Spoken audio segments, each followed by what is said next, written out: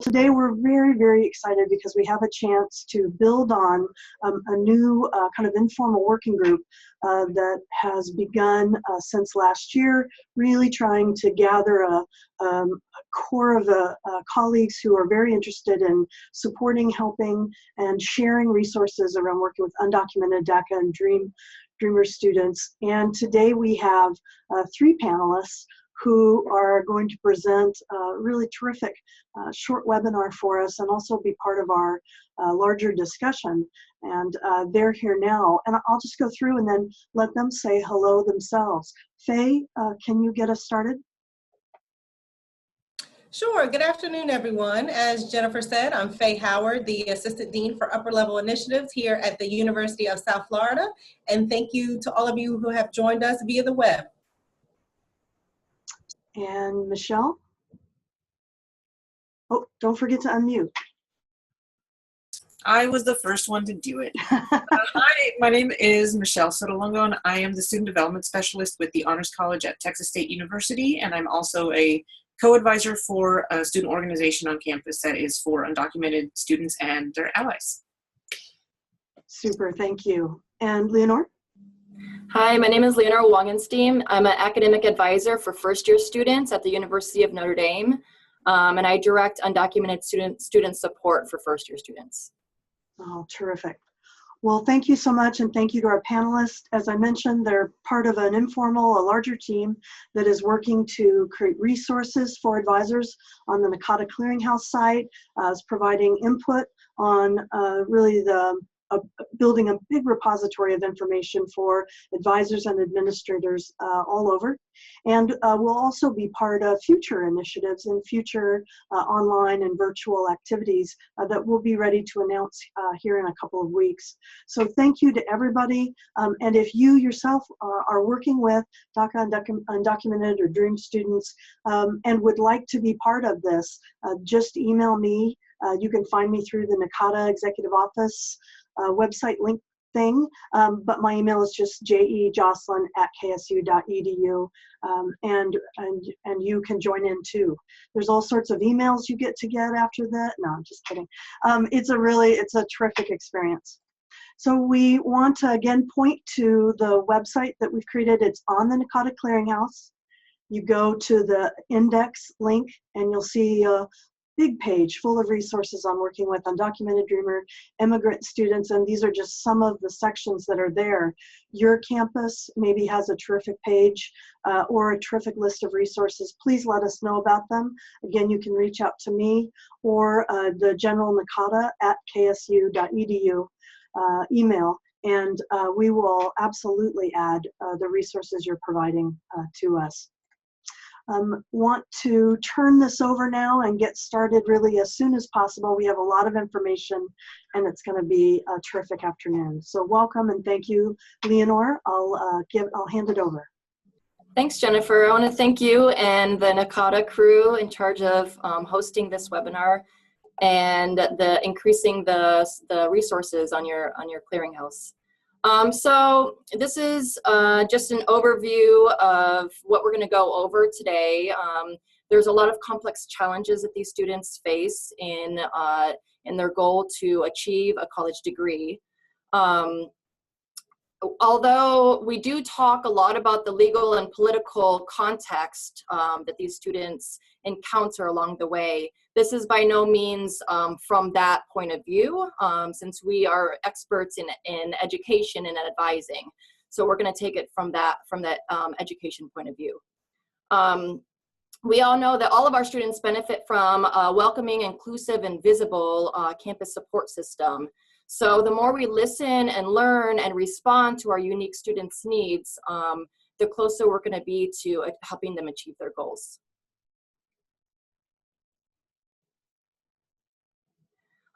So one of the things I want to start off with is debunking the common myths around undocumented students and undocumented communities.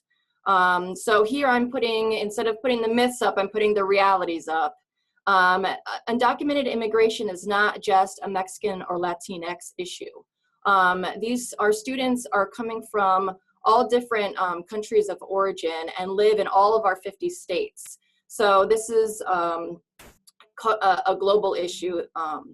And in fact, the Pew Research Center released some information from last year showing that interestingly, the most rapid growing population of undocumented immigrants are coming from Asian and Central American countries, while the Mexican American population has been actually declining since 2007. Another interesting fact is that our undocumented students are populated not just in our border states. So just keep aware that the top 6 states that have the most undocumented immigrants are California, Texas, Florida, New York, New Jersey, and Illinois. But again, they're all over and are affected by all the policies state by state. There's a growing amount of research in the social cultural side of understanding the undocumented immigrant experience. So you may hear terminology such as cultural citizens. That has a lot to do with the immigrant youth being brought here as minors. And really, since they've been here since they were young, they've experienced the culture of America just like their US born peers. You may also hear terminology that I also used some of this in the NACADA Reads article that about living in the shadows, which refers to some of the isolation and fear of deportation, living really on the margins of society. Also, terms such as living in limbo is a sense of liminality between 2 different states of being, right? So it could be between different cultures or in belonging or not belonging.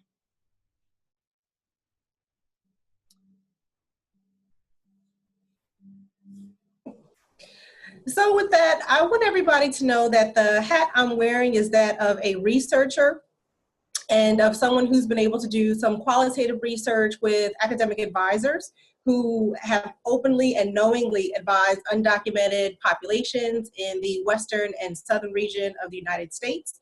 So today I'm contributing because I've been tapped to provide just a little bit of research and perspective on this topic today. So for those that may know me, I always like to begin with our why. And for those of you that are researchers, you know you always like to start with what is the significance of your research or the purpose for this. So with that in mind, I want to talk just a little bit about the why. So in this current climate, no matter if you are on a campus that you believe is very friendly to undocumented students, or perhaps you're on a campus that may not be as friendly or open or inclusive, perhaps you have certain feelings or thoughts about this personally on your own or within your own family. One of the things that we all have in common is that we all work on a college campus or in some form or fashion support our students. So I just want to let you know that we have undocumented students throughout the entire nation, and they're on our campuses, whether they are known or unknown. So with that in mind, we just want to make sure that just like all of the students we support, that we ensure that they are retained, that they persist, they graduate on time, and move on to be successful. So just wanted to make sure I put that perspective out there for all of you. And just a little bit of background here about the research. I'm sure this isn't anything that you are unaware of, but just to highlight it just a little bit. We all know how important it is for students to have a college education. It is extremely important for that individual as it benefits them over the course of their lifetime financially, but also in other ways as well. But it also contributes to the society at large. Those that are educated earn more income, especially among our millennial population. Currently, on average, they earn about $20,000 more per year than those who only have a high school degree. That's less burden financially on the societies in which the populace lives, on the state government, local counties, federal governments as well. And of course, once again, I'm sure this isn't any new knowledge, but just to highlight it, our problems in the US and this global world that we live in are coming increasingly complex, and it only is to the benefit of all of us if we have a increased education among our current populace. And one of the things that will help lead to better solutions for tomorrow is the skills and knowledge gained within our higher education system. So we want to ensure that all of our students that are on our campus are able to take part in that as we move on. Just a little bit about the definitions for our undocumented population. Another thing that I also like to highlight is that perhaps an action is illegal, but a person is not illegal. So with that in mind, just giving you a little bit of information about how you actually define an undocumented person. So it's one of two ways. Someone who's entered the US without inspection, meaning that they didn't go through the proper channels to become a US citizen, or they did go through all of the necessary proper channels, checked all the boxes, did everything that they were supposed to do, but perhaps they stayed past the date that they were to leave the US, or it expired and they didn't take the necessary steps that they needed to ensure that it was renewed. So how have we come to where we are today with undocumented students in the education system? So just a little bit of history here. Back in 1982, the Supreme Court actually heard the case of Plyer versus Doe, and this was the result of the state of Texas. They were trying to prohibit undocumented students from attending K through 12 public education. So this went all the way up through all the necessary channels in the state of Texas, and then finally made its way to the Supreme Court in 1982. And they did strike down that attempt by Texas. So ever since this court date in 1982, undocumented students are legally able to attend school in the US from kindergarten all the way to 12th grade. This is very important as it touches back on the point that Leonore made, that undocumented students, also known as our dreamers, have spent the great majority of their lives here in the US, and by and large do identify very much as Americans and have had quite the experience as Americans, just the same as our native born students, because they've spent the majority of their lives here. Another thing that I also like to touch on when I'm talking about the definitions and legalities of undocumented students, and for all of us, we all know FERPA. We all operate in the world of the Family Education Rights and Privacy Act. And just so you know, anyone's actual status as far as whether they're a US citizen or whatever that is protected by FERPA. So in the event that you do have a student that discloses to you that they're undocumented, that is protected information under FERPA. So as I mentioned before, you heard me say dreamers and the dream population. It is an acronym. We're all familiar with that working in higher education. It stands for Development, Relief, and Education for Alien Minors Act. So the DREAM Act, it is bipartisan legislation. It isn't just one party or the other, it is bipartisan, but it has not passed to date. And during our former president, President Obama, because that did not pass, he took it upon himself to move forward with executive action. So the executive action that took place is DACA. And you may also be familiar with DACA or heard that term or seen it. That is once again also an acronym, stands for the Deferred Action for Childhood Arrivals. So under DACA, what's most important for us to remember is that for students, they were able to claim residency within the states that they lived, and you're going to hear about this a little bit more from Michelle, and for those states that provided tuition equity or in-state tuition for resident students, students that have attended high school within the state that they plan to go to post-secondary school, they've been able to get in-state tuition. So under DACA, just to give you a little bit of information, I won't go over the entirety of all that DACA is, but it does provide a temporary, it's only 2 years, it has to be renewed every 2 years, and for those eligible, they're youth. So that means that they entered the US at either 16 or younger than 16. These are persons who actually have a GED or a high school degree or have been honorably discharged from the armed forces. And also these are students who have not had any issues with the law whatsoever. Those are just a couple things that I wanted to highlight as far as DACA.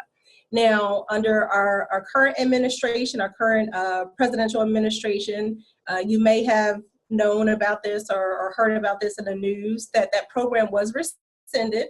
And for those of us that have followed this and have been involved in either the research aspect of this or activism or just on the education side, so we all knew that an executive order was going to end, and that is exactly what happened. And we are no longer accepting any additional new applications for DACA, but for those that are currently in the pipeline, at this current time, their renewals are still being accepted.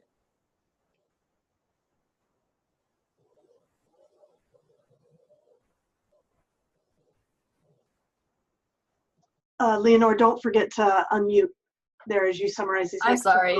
That's all right.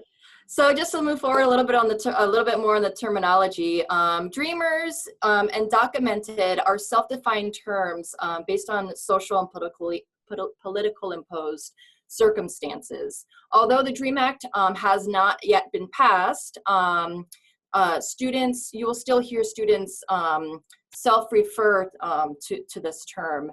And I've seen a lot of the symbol of the butterfly as representation of hope and change and the freedoms of migration and the hope for a better future.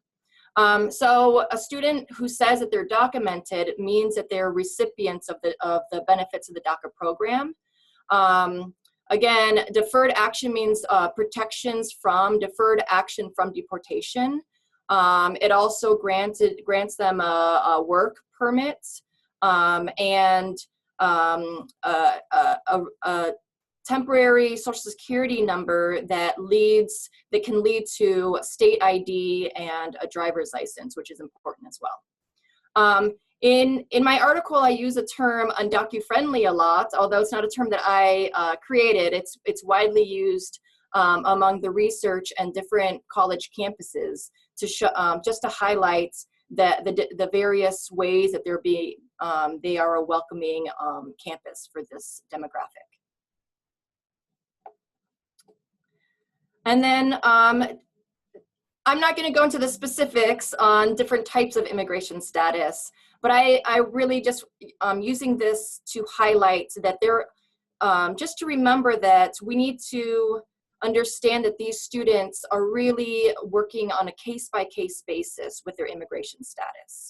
It's a very complex and moving system, and there's changes that happen all the time on the legal front. So just to remember that each one of these status has a unique set of qualification, benefits, limitations to social rights, etc. Also, just a couple reminders that we never want to directly ask or assume anyone's immigration status, and we never want to provide legal advice in our academic roles. I also wanted to reflect a little bit on intersectionality, self-authorship, and self-empowerment here. There are many factors that play roles in all of our students' multi-layered identities. So specifically for undocumented students, it's important to note, again, that the country of origin matters.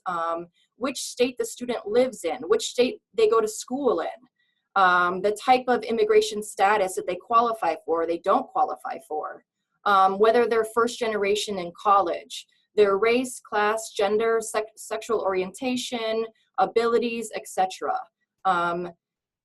These are two pieces of art by Julio Salgado, who's a Mexican-American rights or activist and artist.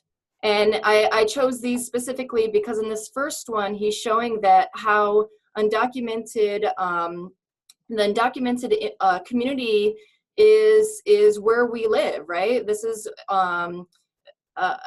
these individuals are fully integrated in our everyday lives.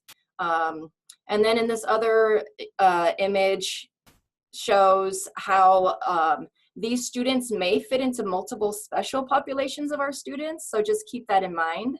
And also on you can visit the Clearinghouse articles, which show a lot of these kind of multi intersectionality perspectives. Just quickly going through some of the numbers to get a wide perspective on the number of students we're talking about here. There's 11.7 million undocumented immigrants total, according to the last counts, living in the US. And out of this, approximately 2.5 million are undocumented youth. So from these numbers, 80,000 are turning 18 years old, and about 65,000 are graduating from high school. But now the numbers start to dwindle down, so pay attention here. Only 5 to 10% are actually enrolling in colleges, compared to about 70% of peers. And when I say college, this is the wide range of all types of college options. And then those who are enrolled, only 1 to 3 actually graduate. So the rest of this presentation will focus on different challenges and successes and ways that we can all think about how to implement certain types of support on our campuses.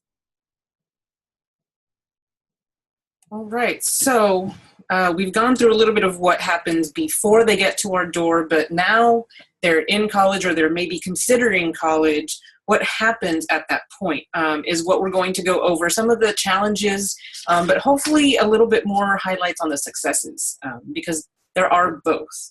So one of the main issues that most college students experience, but especially our undocumented student population, is financial.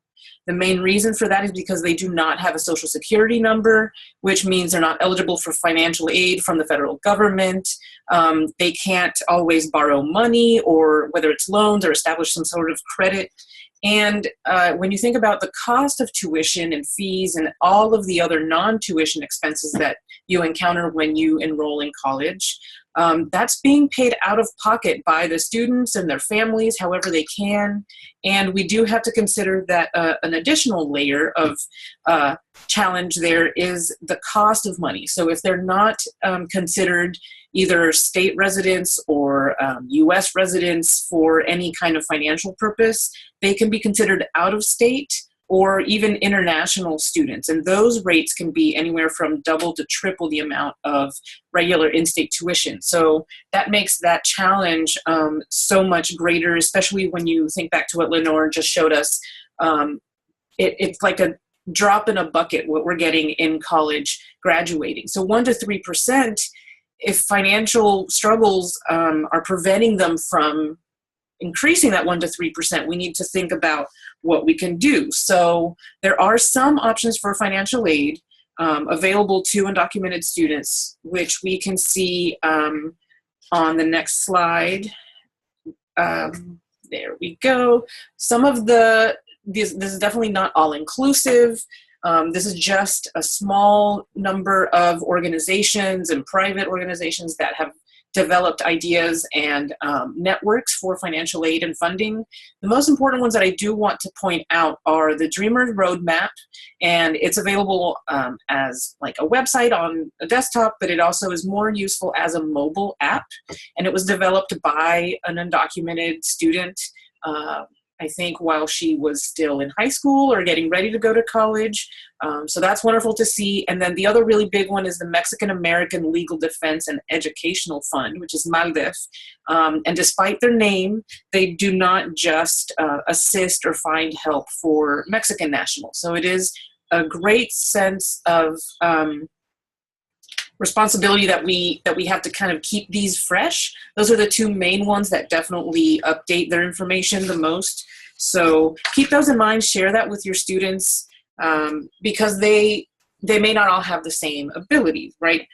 We were already talking about how it's not a homogeneous group. They all have very unique experiences, one undocumented student to the next. So we have to keep that in mind. And then depending on where the student lives, where your campus is, what is the kind of tuition equity that is available? So there's kind of a mix, or, some of those examples, some are the tuition equity laws that are implemented by the state or at the state level.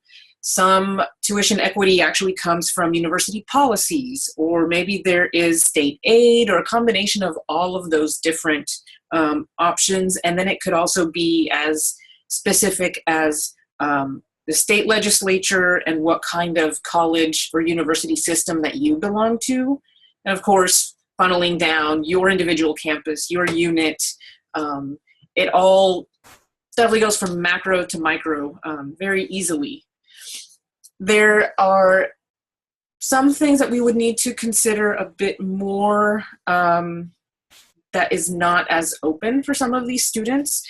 Of course, the number one fear that they have is that fear of deportation. And so those who still have DACA at least aren't as concerned, but they do know that that day is coming when it expires. And so until then, there is that feeling of, hopelessness or frustration. There's sort of a constant sense of being judged. And that's something that definitely transfers or translates into their performance on campus. So I'm not a counselor, I'm not a licensed, immigration attorney or anything of the sort, but we at least need to be able to identify that these could be factors in our students' performance and be able to direct them to the right places. For example, there is a campus resource that Texas State now has, and we've always had the counseling center services for all students.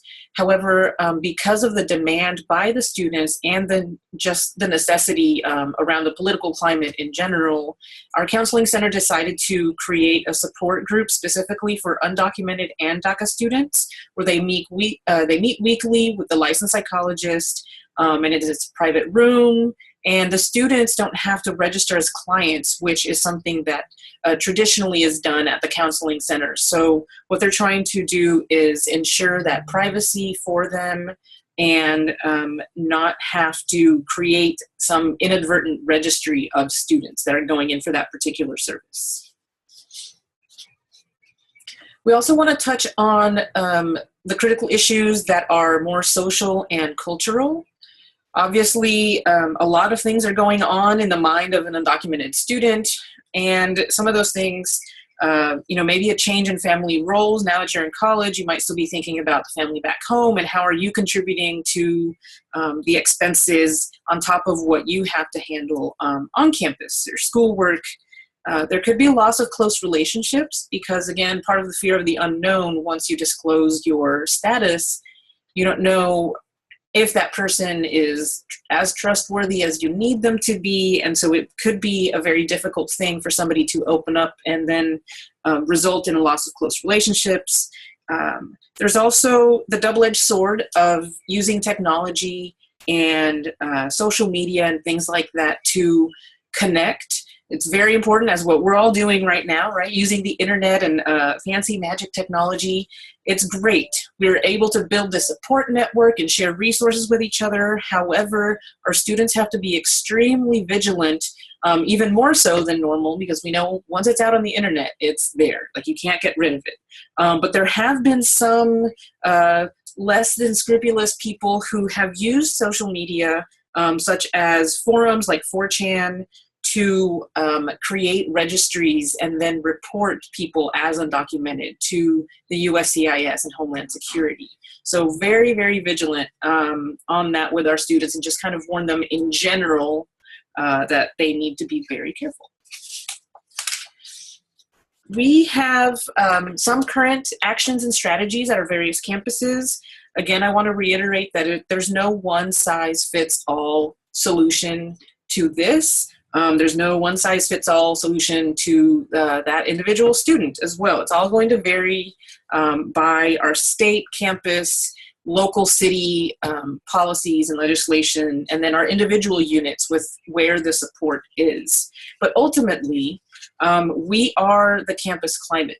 So whatever it is that you and I and the rest of us who are partaking in here, we're the representatives on and off campus. And my goal as an educator is to make sure that we recruit, retain, and graduate students regardless of their immigrant status, legal status, or anything of that sort. So we have to definitely approach it from that respect and understand that the students will feel welcome and be able to tell us what they need if they're already feeling that, UNDOCU friendly vibe coming from your office and your resources.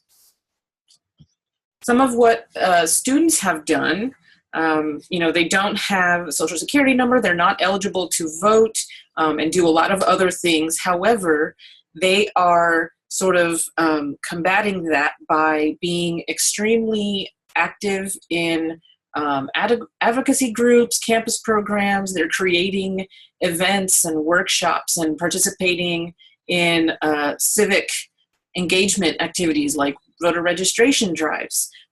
So those of us that do have the privilege of citizenship and can vote, we have to be able to use our voices for them, and they're at least trying to facilitate it by getting people to register to vote, and then it's up to us to follow through. But some of these things have definitely had a significant positive impact on our students. So we should encourage them to absolutely get involved and at least develop these roots within their communities to help them further on and navigate the uncertain. And extracurricular participation and volunteerism have been the strongest predictors of academic achievement among some undocumented Latino students that were that participated in a study in 2009.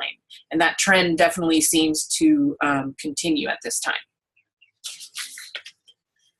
A couple of phases that we have here. We need to get these students early. In the recruitment phase, we tend to target, high school, maybe sophomores, juniors, seniors. It's already too late. We need to get the information out to elementary school, junior high students, and promote that college-going culture. Let them know that they are eligible to attend college regardless of their status, and that there are certain places that are UNDOCU-friendly that they might consider. And so that definitely helps that bottom line that we're all trying to get to, right, as a higher ed system. So we need to make sure that our key frontline staff are tuned into this. So the admissions counselors, the admissions recruiters, academic advising centers and offices, financial aid and housing, we tend to have the most direct interaction with students in general and, when it comes down to it, the undocumented students about how we can help them within our individual units.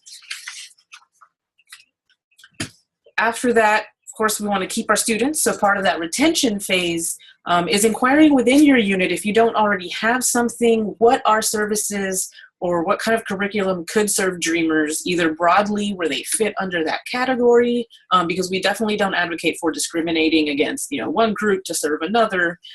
These are services that should be available to everyone, but definitely knowing what specific things they need and that your office can provide. So making sure that you stay connected locally and nationally. There's a lot of organizations. One that's called United We Dream does a National Educators Coming Out Day, I think, every April.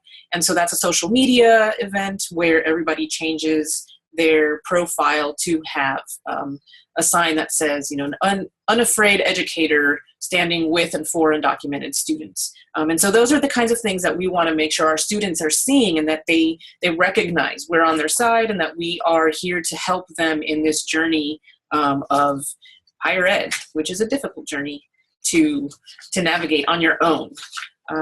Another way to make sure that we're also keeping them around and stimulated and engaged is making sure that you do things very deliberately and intentional. What you say is as important as how you say it. Language is very important, as Faye mentioned. No person is illegal, only an action can be illegal. So we really want to encourage you to stray away from any kind of language that is derogatory, such as calling them, illegals or illegal students or legal immigrants. We prefer unauthorized or undocumented because that really can have a very negative impact on the self-esteem and just progress that these students can make. So being careful with what we say, and making sure that we can also try to centralize as much of our information as possible so that our individual units or universities are handling a consistent message about what and how these undocumented students fit into the campus culture and how we're serving their individual needs. At the same time, fostering self-sufficient behavior with them, because we can't do everything for them, as much as I'm sure everyone would want us to. We are not in that business, but what we want to do is have those resources there and then make them aware and be as visible and transparent as possible so that they know we're here to help. Some of those organizations that are available nationally, United We Dream is probably the biggest one. They've had a lot of fundraising and lots of visibility. Students who are interested in going into medical school or those sort of professional professions, the PhD Pre-Health Dreamers is fantastic.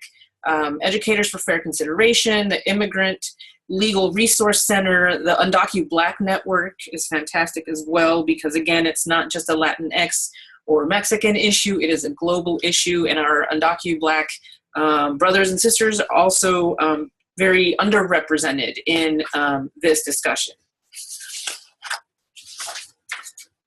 Some more centralized information as far as what Texas State has been doing. We have a special department. It's called the Office of Student Diversity and Inclusion, and it handles all of our various affinity groups, such as veterans and allies for LGBTQ. And around 2014, they created a space on their website specifically for undocumented and documented individuals who are interested in what is out here for them at Texas State. So I highly recommend that you check out this website. Obviously, it might not apply to you if you don't happen to be at Texas State, but it's a great, at least example for you to try to maybe build something at your own campus, find some of those resources, and list them on your website somewhere. So it's centralized, easy to find, and it can serve for prospective students as well, not just your current students, which is really important on that recruitment part as well. More specifically, we've also developed a Dreamer Safe office program, and we started off with giving these Bobcat Dreamer placards to individuals who attended our professional development training. That training is a full 3-hour workshop. At the end of the training, participants get the placard once they sign a contract agreeing and committing to assist undocumented students on this campus. And if 50% or more of the full-time employees of a specific office or unit participates and completes the training, they are then considered a Dreamer Safe office. So this is, again, part of that visibility. We can't always expect the students to self-identify immediately or ever, and so the best thing that we can do is to at least put our information out there, and if it applies to them, hopefully they'll feel comfortable enough to come up to us and reach out. The other on-campus initiative that's been pretty successful so far was founded in spring of 2015. Like I mentioned earlier, I am the co-advisor for the Student Community of Progressive Empowerment, SCOPE, and it is a student organization that was founded with the intent of assisting undocumented students and allies, and right now they broadened that mission a little bit more to include people of all immigration status, and they handle more of the student peer-to-peer like education and awareness, while my co-facilitator, co-advisor, and I do the professional development training specifically for faculty, staff, grad students, and the administration.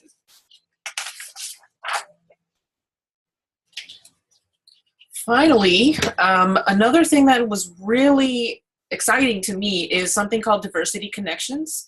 So this again is at Texas State University, and through the Student Diversity and Inclusion Office, we have Diversity Connections as a profiling system for anybody who has a login, so like an email login for the university, can search another person based on their affiliations, or other sort of demographic information. So on your screen, I could choose someone who is Asian or Native Hawaiian or other Pacific Islander who is also a trans ally, dreamer ally, and a veteran ally. Or I could search their specific department. And then what comes up is a person's information where the student or other colleague can see your research interest, maybe what sort of specialty you have in helping other people. So this is a really great network system that we've created, and I think it would translate pretty well to any other institution. So I know we're all excited to hear what our other panelists have done on their campuses. Faye, can you share a little bit of what's going on?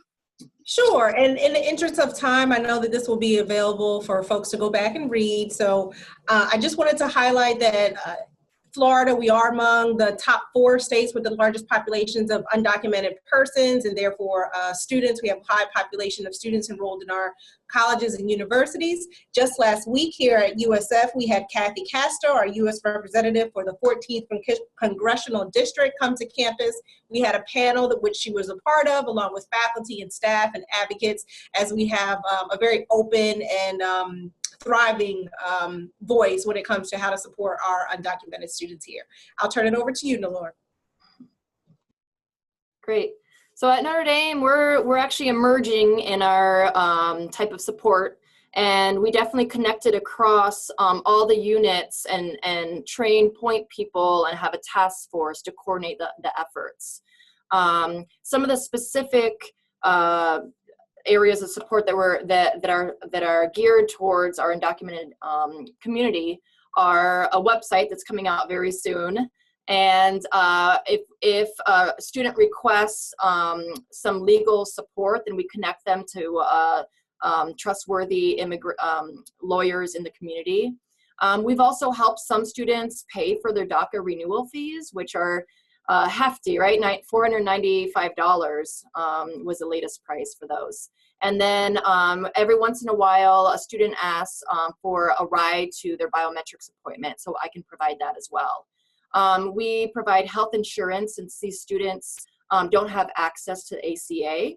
And again, since I'm the first year advisor, it seemed to have worked to have this type of model where there's a specific advisor assigned to these students, so that I start to build a relationship of trust and they know that my door is open for them in all 4 years that they are here.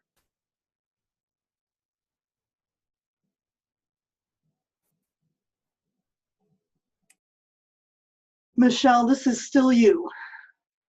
And don't forget to unmute. That last piece, the graduation and transition phase.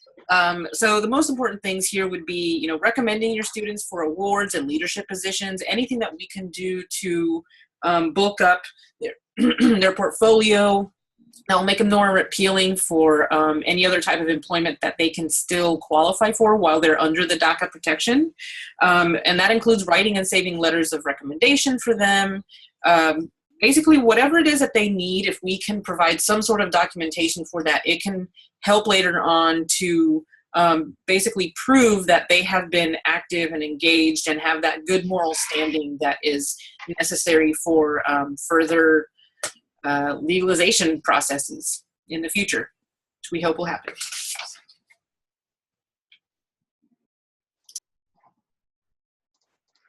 So just a reminder for everyone, every NACADA webinar is done through the amazing work of volunteer NACADA members who take time away, whose supervisors say, yes, this is important. And so I just want to thank Leonora, Michelle, and Faye. They write on this topic, they speak on this topic, and this is the first time they, as representatives of that larger group, are doing a national or global webinar on this really important issue. I've heard the Twitter feed is flying. I've heard from people individually, a lot of helpful information. Again, this is recorded. We're going to also put this online. So I hope that colleagues will come back again and again. Such a terrific presentation. So thank you everybody. We want to take a little bit of time and talk about the article that we all read in common. You know, hopefully everybody read that. And Leonore, thank you so much for updating something that you had written previously, and then we got posted to the Clearinghouse. And I'm going to start with you with one of the questions from a participant that is starting to look around, and they are not seeing a lot of resources on their campus, or they're not seeing an organized kind of central response. Where would you suggest that a colleague in that situation begin? Sure. I think we've touched on this point a couple throughout the presentation, is the need to really connect across campus. First of all, just because you don't see that something is happening doesn't mean it is happening. So I would say just connect with other units, diversity and inclusion efforts, any unit on campus that primarily supports students from low income households, multicultural and international student services and programs. Just connect and ask, you know, pick up your phone and say, hey, what's happening on our campus in these regards. And then also you want to connect locally, because this is our part of all of our community efforts, right? So in our community, I mean, I'm sure that it's hard not to find something if you're looking for immigration support, especially if your community has a center that's specifically geared for sort of immigration support, legal support, things like that. Maybe there's a Know Your Rights that you can go to and just learn some more. Also, maybe connect nationally. Michelle had a lot of icons there of different organizations that definitely we all recommend as places to go online and read through some of that. And I would also say maybe even if you were approached by a student themselves, ask them what their experience is at your university. What's missing in their eyes? What are their needs? How do you prioritize their needs? And how do you gain enough awareness and understanding to help them move forward? I don't know if many, maybe Michelle or Faye want to chime in as well. Yeah, absolutely. Unmute and let's chat. The one thing that I would add is I've had the pleasure and opportunity of working at a couple of different institutions, and I've been in this area making sure that I support all students, but especially our marginalized students, which undocumented students are part of that group. And I can say at one of my institutions, when I first started and embarked on this work, there were no centralized support services whatsoever. There are today, I'm happy to say. But when I started, simply just from, you start where you are. So you begin to educate yourself and find out what's going on at your campus, within your state, within your local counties. And once you just start there, and we have a lot of information on the Clearinghouse to get you started, what I did, because we already had a thriving professional development, academic advising community, is you just step up and say, hey, I have a topic that I'd like to talk about, so that you get the word out. So at least you're identified as a person who has some information and knowledge. From there, like all things, it just becomes a snowball, and then you really get to get more information out that way. That would be my recommendation. Michelle, anything to add? I guess just highlighting from Lenore's, from the article, she says that specialists can collect student success data and anecdotal student stories to demonstrate how investing in these students matters, and to enhance leadership buy-in. So that's sort of on us as a representative, right, to advocate for our students to those higher administrators and stakeholders, to see that there is truly a need, even if the numbers are not huge, it means everything to that individual student. Something that we've been saying lately in our trainings, you wouldn't say to a veteran student, well, no, we are not going to give you those services that you need, right? So this isn't really any different. So yeah, it's reaching out, building that network. That I started researching on this about 7 years ago or so.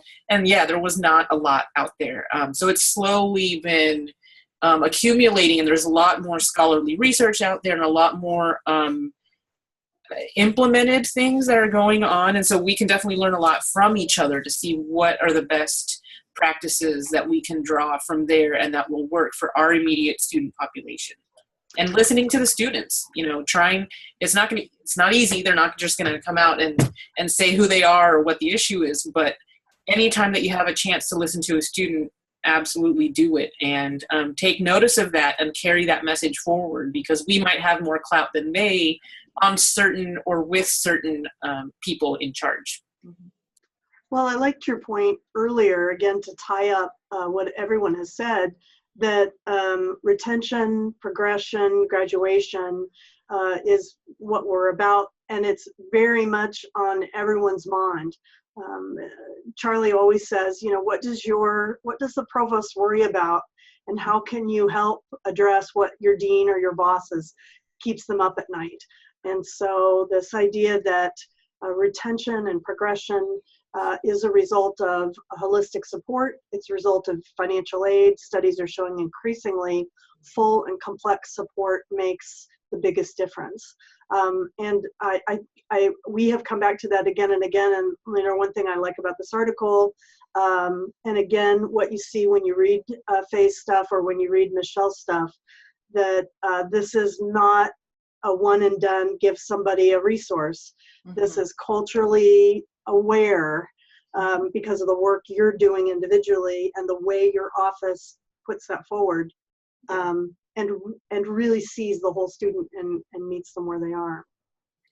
Yeah, the more we can align with your university's mission statement. So go back and read that mission statement, because I'm sure it says something about building global citizens, or wanting to take care of all of our students, right? So the more we can align and reframe the narrative from a negative immigration narrative to something positive, something that shows that having these students on our campus is a benefit for everybody, right? That's what education is all about, is bringing all of our voices together and sharing. Also, speaking of stories, you don't want to out necessarily a student, so you always want to protect a student's identity.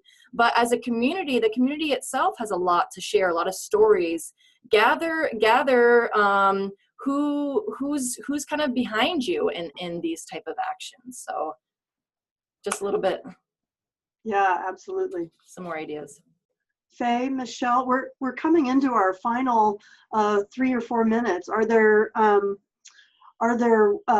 what if you are part of a campus, say you're an advisor in a college, or you're advisor in a general advising office, and there are folks on campus who are doing this all the time? How can we be bridge builders? I'm an Anglo gal, I'm in a centralized advising unit, and how can I be a good colleague, or how can I increase and magnify and amplify my own knowledge, but also the work that's happening from people like Michelle and Faye and Leonore on my own campus? I think the first step everybody's already taking who is at this webinar right now. So if you're interested, it does have a little bit of legwork, I guess, that you have to do. But yeah, there's definitely a lot of information out there now, and you just have to see what works best for you. Being at a private institution versus a public institution, very different parameters that you can work within. So looking at those things and just keeping that open communication. There's such an enormous network now that exists that was not around 7 years ago when I first started doing this. So it's amazing, and it's to keep updating ourselves, because every time I do the presentation for professional development, we change the presentation every single time. There's always something different. And as we saw, in the span of 6 months between the rescission of DACA and then the ultimate expiration of it March 5th, there's things that also happen locally, like in the state of Texas, there's the SB4 legislation. All of these different things impact, and if it impacts your students, we should actively be looking into how we operate to mitigate whatever challenges that those create. Absolutely. Well, I'm going to just take a second to share my screen again. It's risky to try two technology things in the same webinar, but again, this is the NACADA Clearinghouse page. Thank you again to that large group of colleagues who on their own, like as extra, have contributed to, can everybody see the Clearinghouse page? It's a miracle. Okay, super. And so again, articles by all of our panelists. We encourage you, if you're doing work in this area, please submit for publication with us. And just a reminder that we are slowly but surely collecting websites of colleagues and the work that their campuses are doing all year round. So if you yourself want to learn more, if you yourself want to hear student stories, if you have resources specific to student populations, again, that intersectionality, we want it profiled here. We believe under the leadership of President Amy Sanis and Executive Director Charlie Nutt, that we're actually going to have an opportunity to do more free programming, free educational programming, maybe in the form, spoiler alert, maybe of an e-tutorial, maybe in the fall, free to members on this topic, and you'll see Leonore, Michelle, and Faye again, I hope, and many of the other colleagues that you saw earlier. I just want to say thank you for your dedication. I am learning so much just by the privilege of being part of this, and thank you to all of you who have been doing this work for so long, and there's so many colleagues out there who are in the same situation. Leonore, thank you for your words. You unmuted. Do you have? No, I was just going to say thank you back. Well, that is very kind. And this is such a terrific group. And literally, to our participants, we could talk for hours more. There's so much material. And so we're going to come back and do more. And again, we'll record this and we'll be ready to go in order to put more terrific information in front of you as you work with students. So thank you to Michelle, thank you to Faye, thank you to Leonore, and thank you to everybody here behind the scenes who's helped with this. This has just been a terrific experience. Thank you for all you do for students, and thank you for the ways in which you help students meet their goals, meet their life goals and career and professional goals.